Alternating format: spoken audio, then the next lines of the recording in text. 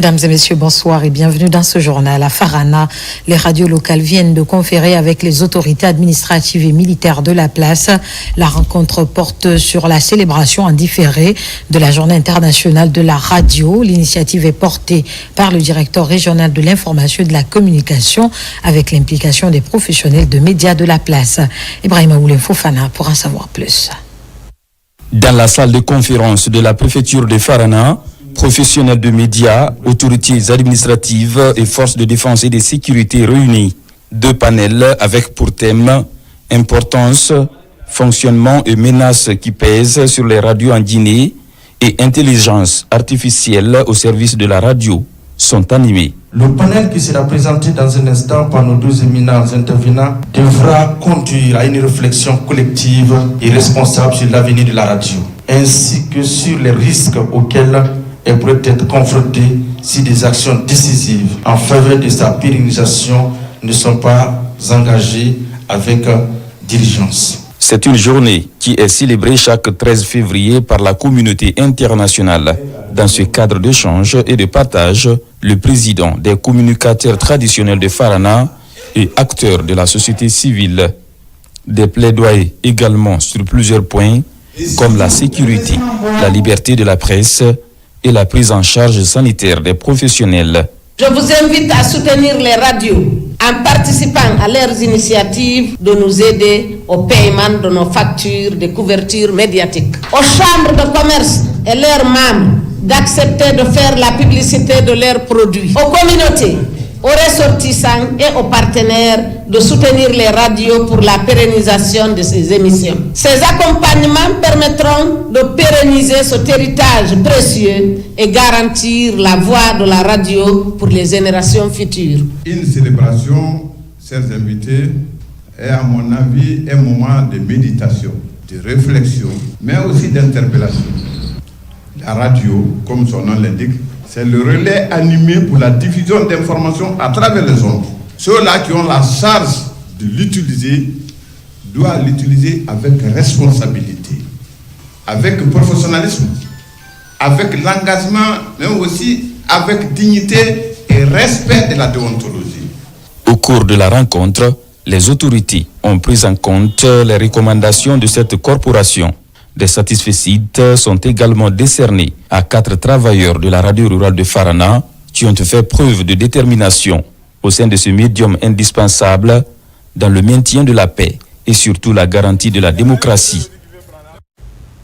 Et dans le cadre du suivi de proximité des chantiers liés au projet d'assainissement, les membres du comité de pilotage du projet d'assainissement de Conakry étaient récemment sur le chantier des travaux de réhabilitation de la station de traitement de boue de vidange. La démarche consiste à se faire une idée de l'état d'avancement des travaux. Mohamed Lamine Camara. Nous sommes sur le site de la station de traitement de boue de vidange de Yimbaya, avec une capacité d'accueil de 250 mètres cubes de boue par jour. Les travaux de réhabilitation de cette infrastructure est financés conjointement par l'État guinéen et la Banque islamique de développement. C'est dans le registre d'un suivi de proximité que le comité de pilotage du projet d'assainissement de Conakry visite le chantier. On est en train de faire un combat contre le temps, parce que à partir du mois d'octobre, nos partenaires financiers vont arrêter le financement de ce projet. Donc, raison pour laquelle nous demandons humblement à l'entrepreneur de prendre les dispositions nécessaires pour que ce projet puisse avancer rapidement, pour ne pas que nous soyons à court de financement. La durée des travaux est de 15 mois à compter du mois de novembre 2025. Au cours de cette visite, les membres du comité de pilotage ont examiné le niveau d'avancement et la qualité des travaux. Sur le terrain, un léger retard est constaté dans l'exécution du planning. Ainsi, l'invite est faite à l'entreprise de multiplier les équipements pour accélérer les travaux dont l'achèvement dans les délais est indispensable. Déjà, nous constatons un retard sur le chantier parce que ici, le site de Yimbaya est différent du site de Chonfonia que nous avons déjà réalisé. Ici, si rien n'est fait d'ici le mois de mai, les travaux seront empêchés par les grandes pluies. La difficulté majeure qui a été évoquée ici, c'était par rapport à surtout la zone d'extension. qui est une zone conflictuelle. Nous avons essayé d'informer le comité de pilotage qui est venu avec la date et ils vont prendre les dispositions possibles plus tard le lundi pour que cette zone soit allouée au groupement.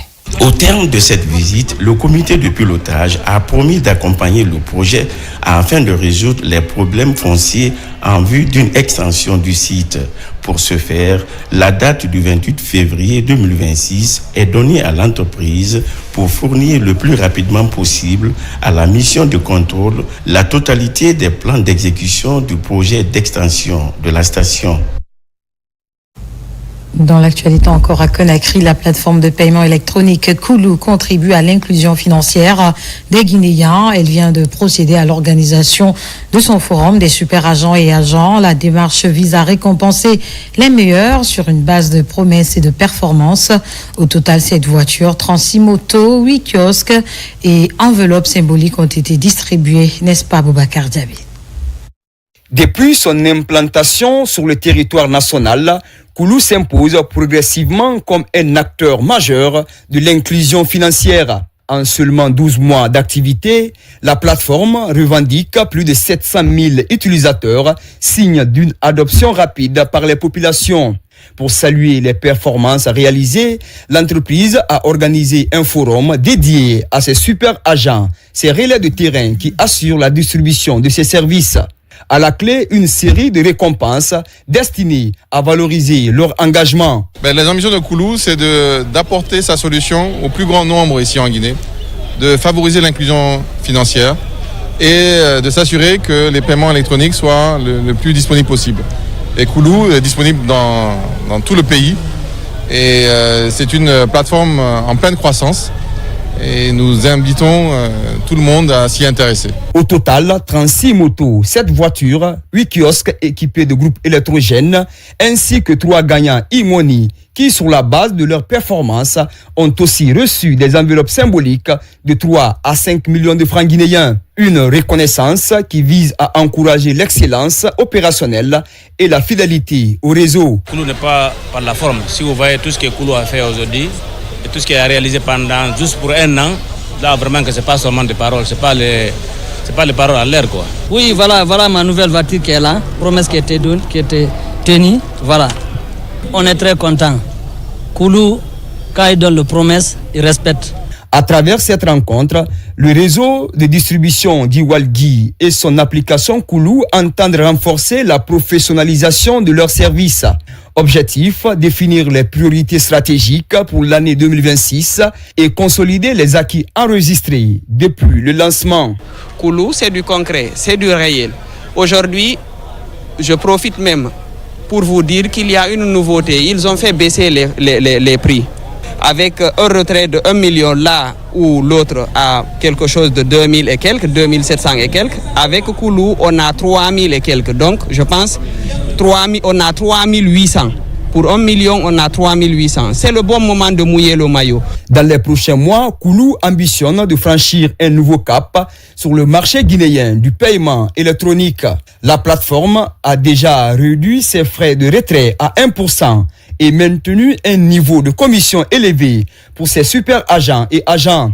Une stratégie destinée à attirer davantage d'utilisateurs et à renforcer son positionnement comme référence nationale dans l'industrie des transferts d'argent et paiement. Dans l'actualité, toujours cérémonie de lecture du Saint-Coran en faveur de la paix et de l'unité en Guinée. L'initiative est de l'association des hauts cadres à la retraite. La rencontre a mobilisé de nombreux fidèles à Tanene Mosquée, commune de Bessia. Falilou Diallo, Yelira Kamara. À Conakry, plus précisément à Tanene Mosquée, la ferveur religieuse est au rendez-vous à l'occasion de cette cérémonie de lecture du Saint-Coran. À l'initiative, l'association des hauts cadres à la retraite, elle compte ainsi accompagner les différentes actions de développement en Guinée. On faisait des réunions, on faisait des contacts là. On a eu une première lecture du Saint-Coran à Kiria, ça c'est dans Koya, pour le baptême de notre association. Après, on a commencé maintenant à sensibiliser la population jusqu'à ce qu'il y ait eu le référendum. Après le référendum, le présidentiel a suivi. Et il a gagné avec une majorité, en tout cas une chose première en Guinée. Créée en mars 2025, cette association, composée d'anciens gouverneurs, préfets et autres cadres de l'administration publique et privée, a mobilisé de nombreux fidèles autour du livre saint.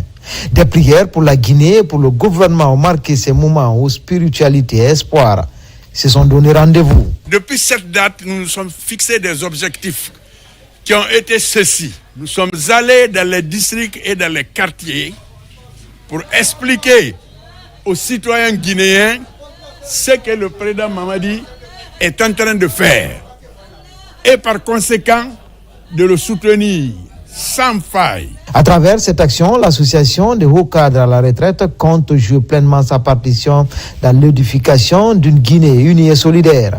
Des prières ont été dites et des bénédictions faites pour le vivre ensemble dans notre pays.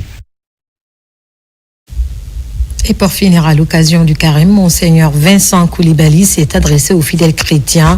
Il est au micro de nos reporters. Suivez. L'occasion me semble opportune pour rappeler, en commençant cette exhortation, que le mot carême ne signifie pas jeûne ou jeûner, malgré l'usage qu'on en fait dans la plupart de nos langues guinéennes. Si ce rappel revient presque chaque année dans mon mandement de carême, c'est pour nous inviter tous à ne pas nous laisser influencer pendant ce temps fort de notre vie chrétienne par des pratiques qui ne sont pas évangéliques.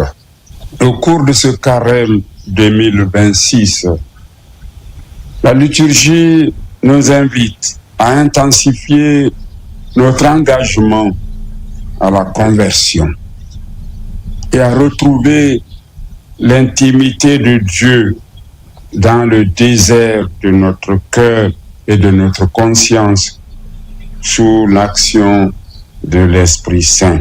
À l'image de cette mer Rouge d'hier, traversée par nos ancêtres dans la foi, la communauté humaine rencontre encore aujourd'hui de nombreuses mers rouges qui l'empêchent, hélas, de s'unir intimement au Seigneur son Dieu, mettant également comme en péril une relation saine entre les hommes eux-mêmes. C'est en cela que ce temps de carême qui s'offre à chacun de nous, à l'Église et à l'humanité tout entière, doit être vécu comme une opportunité d'oser faire nous aussi notre traversée en nous appuyant sur Jésus-Christ. Cette traversée devra s'exprimer concrètement par notre volonté ferme de fuir le monde du péché pour celui de la grâce. C'est cet élément, mesdames et messieurs, qui met fin à ce journal. Merci à tous de l'avoir suivi. L'actualité se poursuit sur nos antennes. Guinée, notre paradis, terre de richesse, d'opportunités et d'innovation. Bonsoir.